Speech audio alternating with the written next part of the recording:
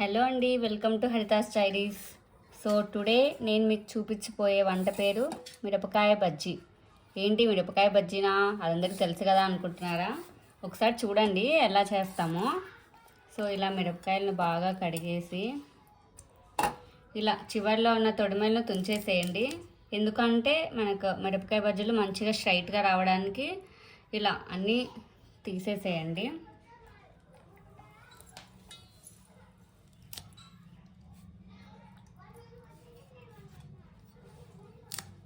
So ఇలా మంచిగా స్ట్రైట్గా ఉండేటలా చూసుకోండి. చివరకున్న తొడిమెలు అన్నీ తీసేసి చివరకు తుంచేసిన వాటిని ఇలా నేను మధ్యలో ఘాటు పెడుతున్నానండి.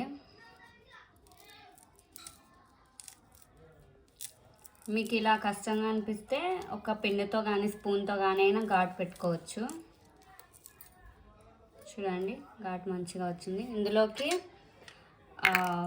ఉప్పు జీలకర్ర కలిపి నేను మిక్సీ పట్టానండి. ఆ పౌడర్ని నేను ఇందులోకి స్టఫ్ చేస్తున్నాను.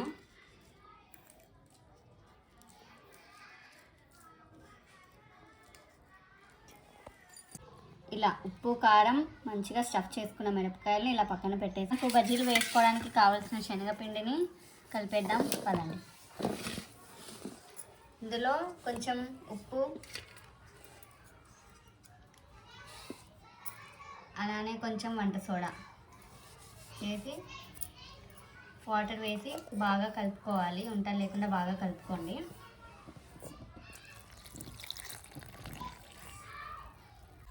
ఇలా పిండిని బాగా ఉండలు లేకుండా బాగా కలుపుకున్న తర్వాత కొంచెం జీలకర్ర వేసుకోండి. ఇష్టం లేకున్న వాళ్ళు స్కిప్ చేసేయచ్చు. జీలకర్ర ఒకసారి అలా కలపండి. అంతే, ఇక మనం బజ్జీ వేయడానికి కావాల్సిన పిండి రెడీ.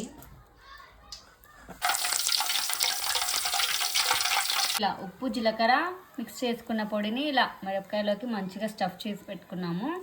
తర్వాత దీనికి కావాల్సినవి వేయించిన కరివేపాకు, వేయించిన పల్లీలు, అలాగే ఆనియన్స్, తురుముకున్న క్యారెట్, కొత్తిమీర, కొంచెం నిమ్మరసం.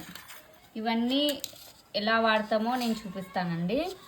నెక్స్ట్ మనం బజ్జీ వేసుకుందాం పదండి. నెక్స్ట్ బజ్జీ వేస్తున్నామండి.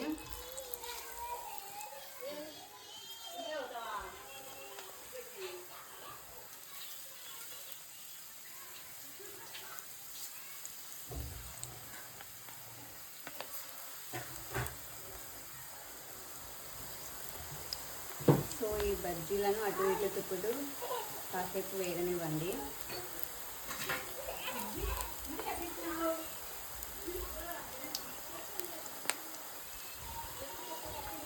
సో ఇలా బజ్జీలను అటు ఇటు వేపుతూ బాగా వేయించుకోండి.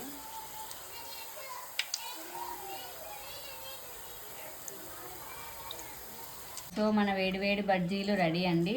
ఇందులోకి ఇప్పుడు ఎలా స్టఫ్ చేద్దామో చూద్దాం. సో నేను ఆఫీస్కి వెళ్ళేటప్పుడు అండి హైదరాబాద్లో మా హాస్టల్ ఉండే గల్లీలో ఇలానే చేసేవాళ్ళు అనమాట. సో అలానే నేను ఇంటికా ట్రై చేశాను. సో ఇలా ఒక కత్తితో మనం వేయించుకున్న బజ్జీకి బాగా ఘాటు పెట్టుకోండి మధ్యలో. ఇందులోకి ఆనియన్స్,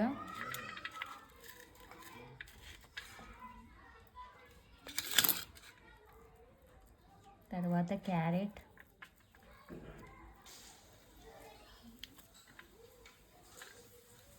తర్వాత కొత్తిమీర, ఇవన్నీ స్టఫ్ చేసుకోండి. మీకు ఇంకా స్పైసీ కావాలనుకుంటే కొంచెం కారం కూడా వేసుకోవచ్చు.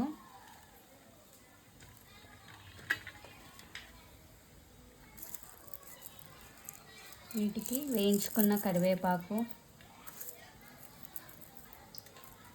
అలానే వేయించుకున్న పల్లీలు,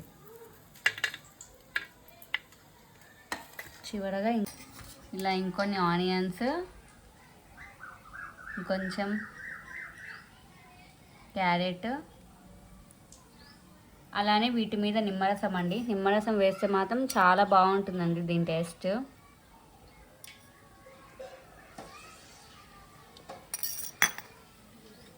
సో ఇప్పుడు మన మిరపకాయ బజ్జీ రెడీ.